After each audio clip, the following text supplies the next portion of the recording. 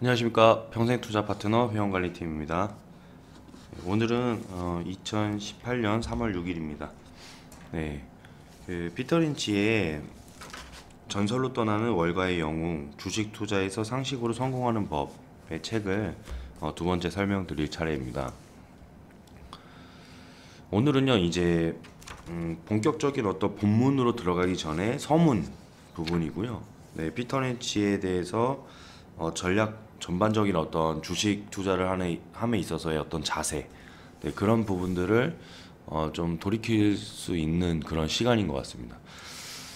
그래서 여태까지 이제 여러 책들이 또 주식 책을 소개하는 영상을 통해서도 많이 소개가 됐었는데, 장점들에 대한 언급은 상당히 중복이 많이 됩니다. 그래서 여기에서도 마찬가지인데요. 제가 그 중복되는 부분들이 또 어떤 게 있었는지, 네, 한번 짚어보면서 넘어가도록 하겠습니다. 네, 피터 린치는 1990년에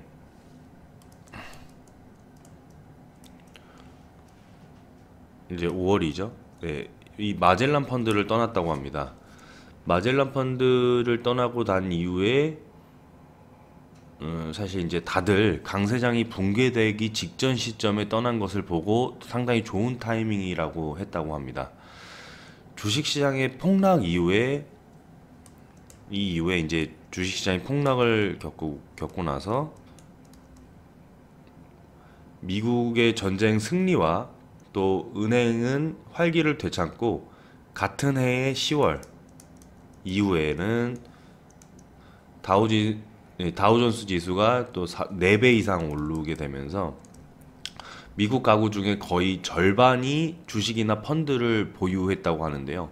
이러한 비율은 1989년 이제 얼마 안 됐죠. 예, 이 해에 비해서 무려 32%나 증가를 한 것이라고 합니다. 사실 이러한 상태가 지속이 된다면 누구나 나 할 거 없이 다 억만장자가 될 수 있었겠죠. 그런데 이제 펀드에 투자된 신규 자산이 이때 당시 이제 4조 달러에 육박했다고 하거든요. 그래서 예를 들어서 이제 이런 부분이었죠. 1989년대에 또 2,750억 달러에 불과한 펀드 규모가 이 4조 달러에 육박할 정도로 성장이 됐다면, 펀드 매니저였던 피터 린치 입장에서는 이러한 펀드의 대성공은 환영할 만한 일이다라고 하지만 한편으로는 그만큼 아마추어 투자자들의 주식 투자 실적은 부진했다라고 하는 것입니다. 왜냐면요, 대형 강세장에서 이런 일반 투자자들이 직접 투자해서 실적을 올릴 수 있었다면, 일반 투자자들이 직접 투자를 해서 실적을 올릴 수 있었다면 이처럼 대규모의 신규 자산이 펀드로 이렇게 들어오지는 않았을 것이라고 하는 것이죠. 당연히 그렇게 설명이 될 수 있었겠죠. 진부해 보이는 저성장 업종에서도, 저성장 업종 대박 종목이 간혹 나온다고 합니다.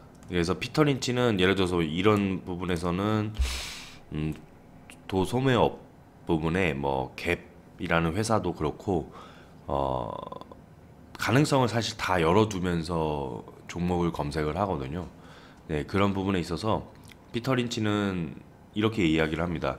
10년을 대비해서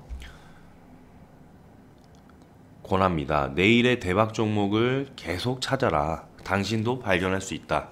이 책을 읽고 개인 투자자들의 주식 투자 성과가 나아지길 희망하는 피터 린치의 마음을 담아서 계속 또 설명을 해드리겠습니다.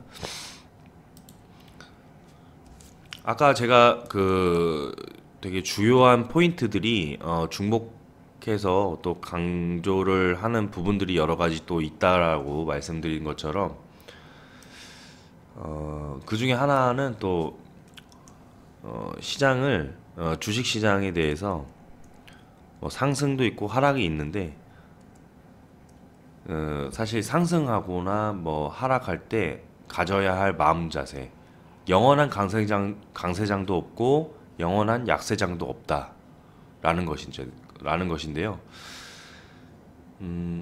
강세장에서는 사실 뭐 더 계속적인 어떤 희망 그리고 기대 그리고 밝은 미래 그런 것들만 뭐 계속 생각하고 혹시나 과오를 범하는 그런 부분을 조심해야 되는 것이고, 약세장에서는 계속해서 약세가 이루어지기 때문에 나는 시장을 떠난다 뭐 이런 마음 자세보다는 다시 또 하락이 있으면 상승이 있다라는 부분이 언제든 존재를 했었다는 것이죠.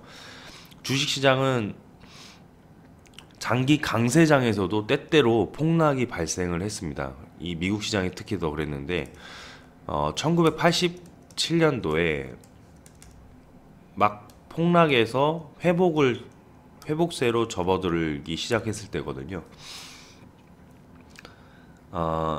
사실 이렇게 피터 린치는 펀드 매니저였기 때문에 단 하루라도 주식 모니터를 안 한 경우가 없었겠죠. 주식 시장을 바라보고 있었을 텐데 이 시점에 50년 만에 발생한 최악의 폭락 사태 이후에 폭락 사태 시점에 피터 린치가 우연치 않게 골프 휴가와 우연히 겹쳤다고 합니다. 그 폭락장을 직접적인 어떤 시장을 바라보지 않고 휴가 속에서 그 폭락장을 바라볼 수 있었는데 그 이후에 아일랜드에 또 10번이나 더 방문하고 나서야 내가 아일랜드 잔디를 밟는 것과 폭락 사태는 아무 상관이 없음을 간신히 인정할 수 있었다라고 하는데요. 직업상의 특수성 때문이라도 주식시장에서 한 번도 떨어진 적이 없었지만, 정말 내가 여행을 가건 주식시장에서 시선을 떼도 아무 상관없이 시장은 돌아가기 때문에 쉴 수 있었다는 것 자체가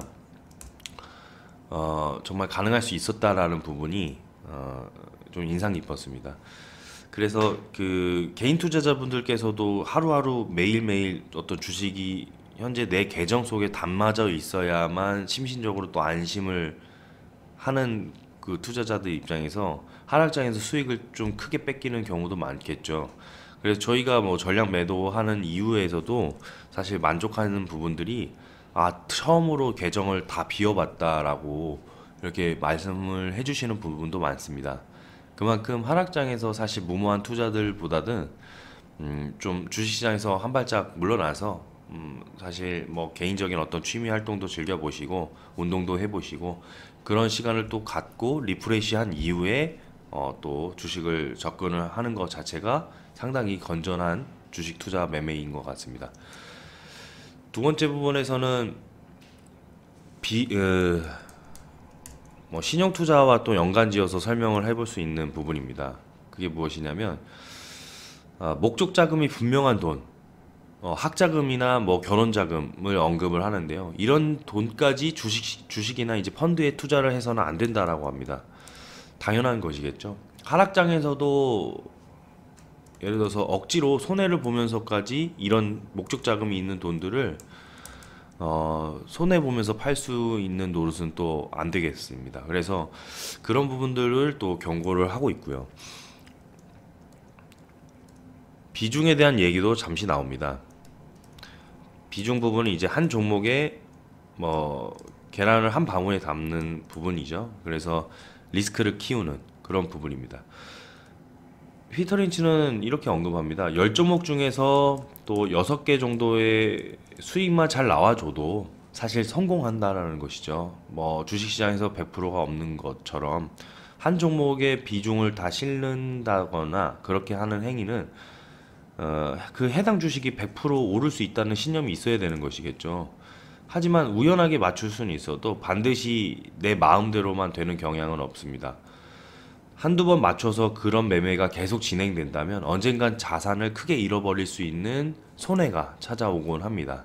그래서 앞서 리스크를 대비해야 되고 관리해야 되는 것처럼 가능성이 높은 주식들의 분산을 하는 것.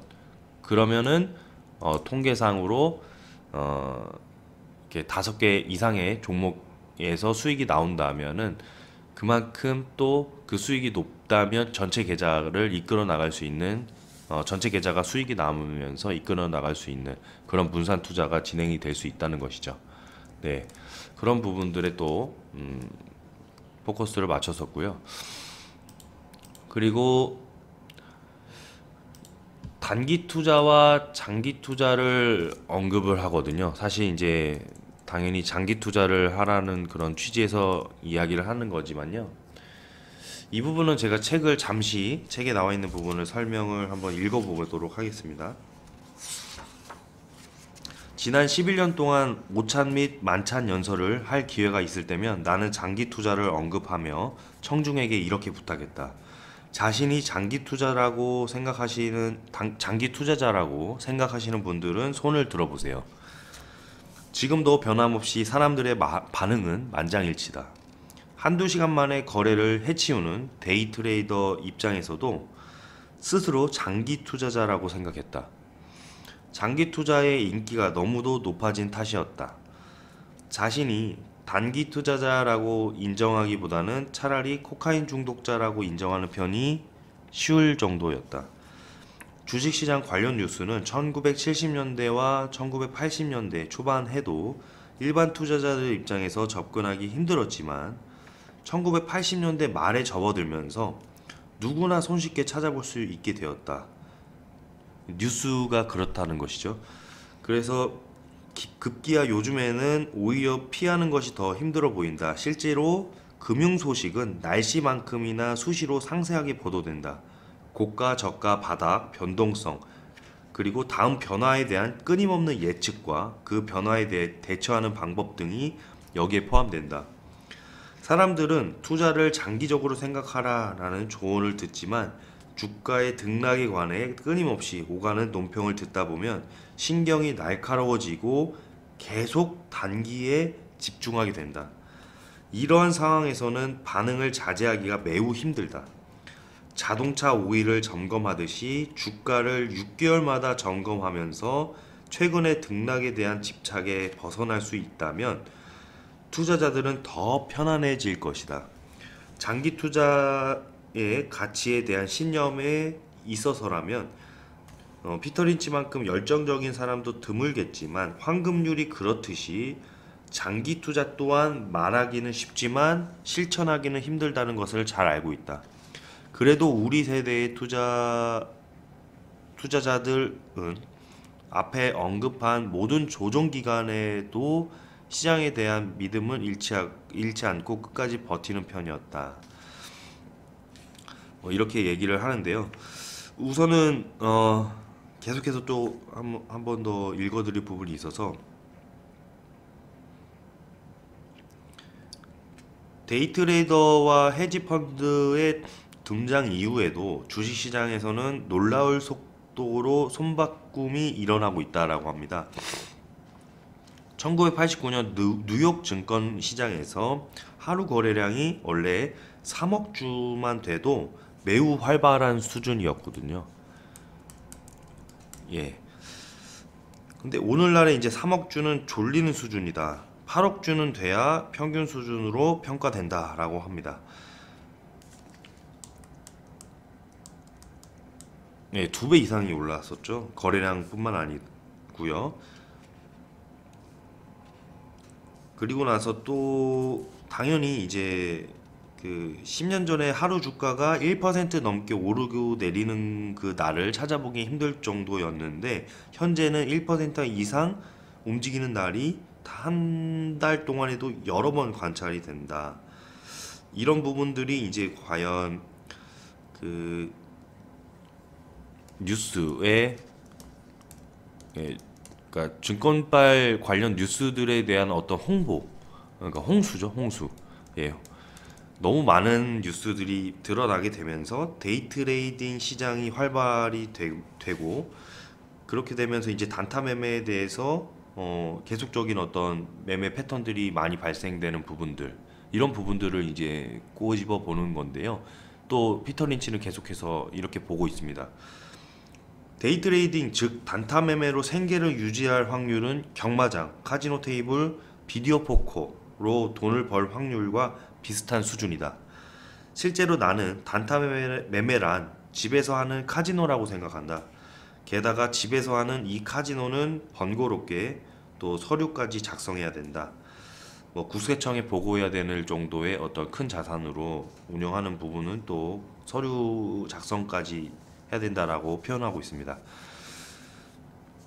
이렇다시피 이제 그 단기 투자라고 해서 사실 잘못된 시선을 갖고 저는 이야기를 하는 것보다도 요즘에 뭐 수익 매매라고 해서 데이 트레이딩까지는 아니지만 단기 매매를 진행하는 경우도 많으니까요. 다만 이제 이 부분까지 단기 매매에 대한 어떤 피해, 그러니까 데이 트레이딩은 아마추어 입장에서 접근하는 방법이 상당히 어렵다라는 부분을 꼭 한번 기억을 해주셨으면 좋겠고, 다만 정보의 홍수인 현 세대에서 충분히 뇌동 매매가 진행이 될 수 있다는 것이죠. 그런 사태가 충분히 비일비재하고요. 또한 물린 종목을 한없이 들고 있으면서 난 장기 투자자라고 이렇게 이야기하는 경우도 많죠. 과연 자신이 문제 제기된 부분들과 맞닥뜨렸을 때, 지금까지 방금 말씀드렸던 문제 제기된 부분들과 맞닥뜨렸을 때 과연 떳떳할 수 있는가라는 부분입니다. 단기 투자자이건 장기 투자자이건 자신이 주식 투자를 진행하는 데 있어서 부하뇌동하여 손쉽게 손가락이 나가서 매수 버튼을 눌렀다면 앞으로 개선해야 할 점이 무엇이며 또 그 부분을 기록하여서 자기 것으로 만들 수 있는 자기 반성적 태도, 그런 부분들이 과연 나한테는 존재하는가 돌이켜보는 시간이 또 되었으면 좋겠습니다. 그러면 다음 시간에도 계속해서 설명을 드려보겠습니다. 감사합니다.